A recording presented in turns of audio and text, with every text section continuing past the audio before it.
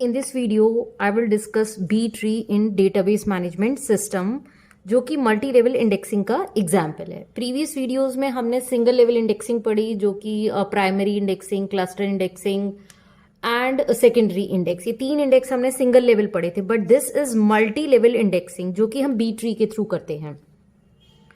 Indexing क्या होती है, यू ऑलरेडी नो। ये मेरी मेन डेटा फाइल है और जो मेन डेटा फाइल होती है वो सेकेंडरी मेमोरी में होती है। सेकेंडरी मेमोरी में मेन डेटा फाइल होती है, फिर उसको इंडेक्स करने के लिए, डेटा को फेच करने के लिए हम इंडेक्सिंग करते हैं। ये मैंने एक इंडेक्स फाइल बनाई टू फेच द डेटा। अब हो सकता है कि ये जो इंडेक्स फाइल है ये बहुत ही ज्यादा लार्ज हो और इस पर एक्सेस टाइम को रिड्यूस करने के लिए या स्पीड को इंक्रीज करने के लिए, एक्सेस स्पीड इंक्रीज करने के लिए मैं एक और इंडेक्स फाइल बनाऊंगी जो कि इस इंडेक्स फाइल से फेच करेगा। Then again I can make one more index file. तो मीन्स कि this is multi level indexing. Main data file से डेटा को फेच करने के लिए मैं मल्टीपल इंडेक्स फाइल्स बना रही हूं। कई सारी, यहां पर 3 इंडेक्स फाइल बनाई है मैंने। So this is multi level indexing और ये हम अचीव करते हैं बी ट्री के थ्रू। बट इस तरीके से इंडेक्सिंग करने से प्रॉब्लम होगी। क्यों प्रॉब्लम होगी? क्योंकि अगर मैंने मेन डेटा फाइल में कुछ भी अपडेट करा, डिलीट करा या नया इंसर्ट करा एलिमेंट, तो मुझे इस इंडेक्स फाइल में अपडेट करना पड़ेगा। फिर इसमें भी कुछ चेंजेस करने पड़ेंगे, इसमें भी कुछ चेंजेस करने पड़ेंगे। तो मीन्स सारी इंडेक्स फाइल्स में अपडेशन होगा, करस्पॉन्डिंग जितनी भी इंडेक्स फाइल्स है।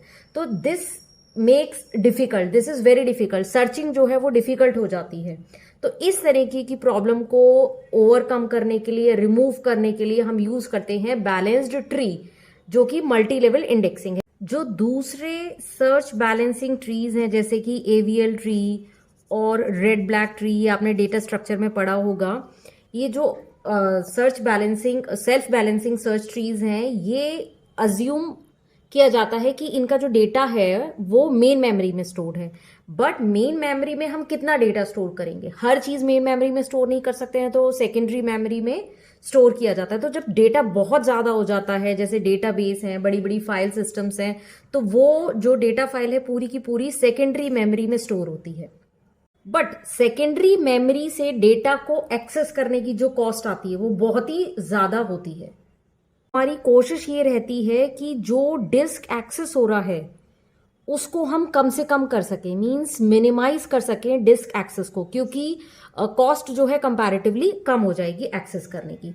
तो मेन आइडिया क्या है बी ट्री के यूज करने का? Is to reduce the number of disk accesses. Previous video में हमने ये बी ट्री बनाया था ऑफ ऑर्डर 3 ऑर्डर का ये बी ट्री बना था। मैंने जानबूझ के छोटा बी ट्री लिया है जिससे इजीली कॉम्प्लिकेटेड ना हो यहाँ पर डायग्राम।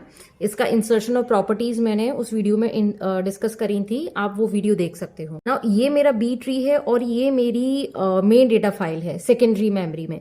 तो किस तरीके से पॉइंट करेगा? जो ये 7 है, दैट इज 11, ये जो पॉइंटर है it will point two this record. अच्छा, वन मोर थिंग कि जो नोड होता है हर बी ट्री के अंदर, हर लेवल पर या हर नोड के साथ की वैल्यू होती है। 7 मेरी क्या है? की वैल्यू होती है। और एक डेटा पॉइंटर होता है, दिस इज डेटा पॉइंटर, जो कि पॉइंट करेगा एड्रेस को। पॉइंटर स्टोर करता है एड्रेस, तो उस एड्रेस को पॉइंट करेगा जहां पर मैं उस रिकॉर्ड की वैल्यूज को फेच कर सकती हूँ। एक और चीज की पॉइंटर 2 तरीके के होते हैं, that is data pointer and block pointer. Data कह लो या फिर रिकॉर्ड कह लो।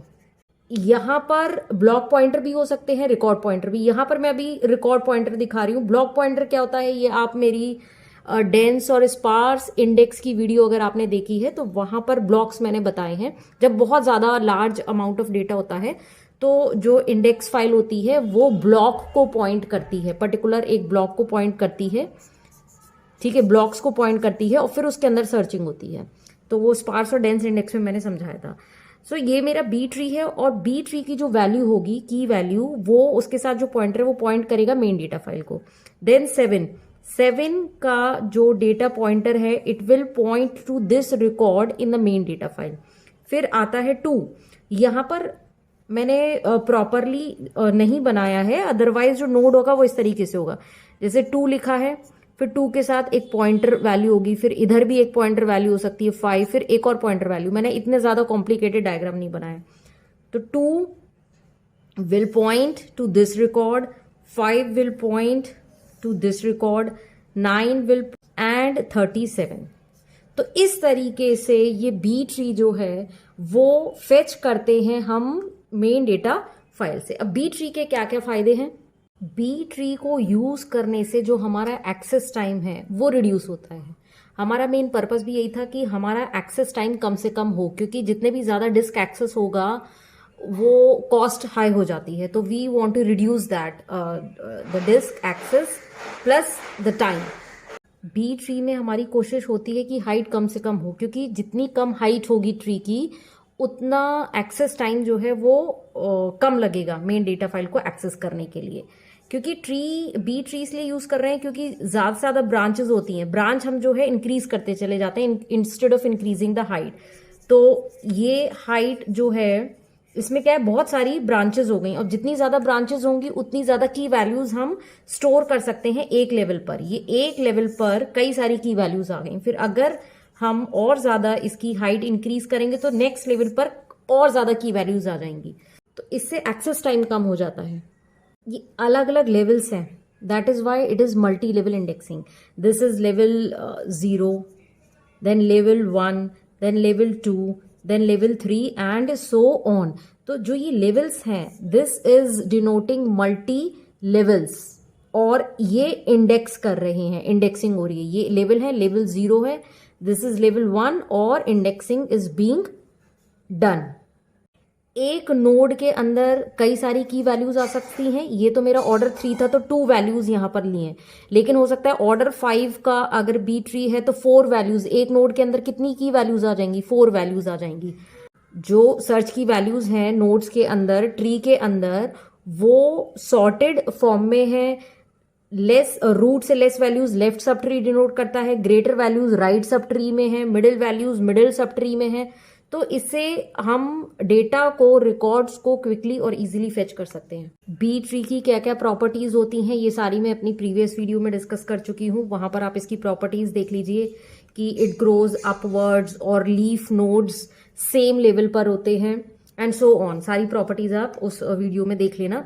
बी ट्री के कई सारे वेरिएशंस हैं, लाइक बी प्लस ट्री जो कि हम आगे पढ़ेंगे, then B star tree, then B star plus tree. तो कई सारे वेरिएशंस होते हैं बी ट्री के।